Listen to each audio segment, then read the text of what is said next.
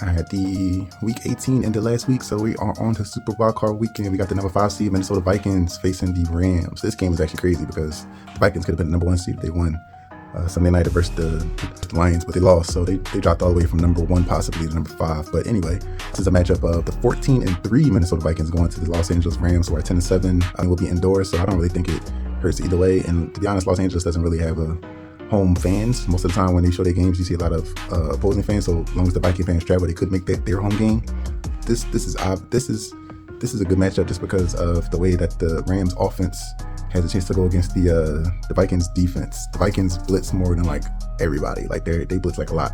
The last game against the Lions, it didn't really show too well because I think division games are like an anomaly. You can't really use that as a barometer when it comes to teams not being in the division facing each other. So everything that you saw against the Lions and the Vikings last game, you kind of got to throw that out when it comes to the Rams, just because of they're so familiar with each other. But this game is going to be totally different. Rams have Cooper Kupp, they got Puka Nacua, got a few offensive weapons. Matthew Stafford obviously is a beast. I think that them going against the Rams defense is going to be a problem. Not saying that they can't score points or keep up with them, but I just think that this game matches up perfectly for the Vikings.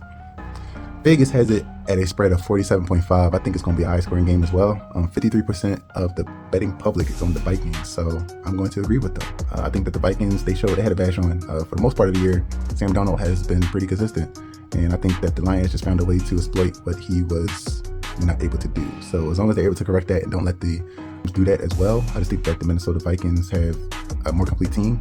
The Rams, I think they rely more on Matthew Stafford and the rookie pass rushers, Jared Verse and the other defensive end to create pressure. So I think that the Vikings are going to learn from their mistakes on week 18 and clean it up.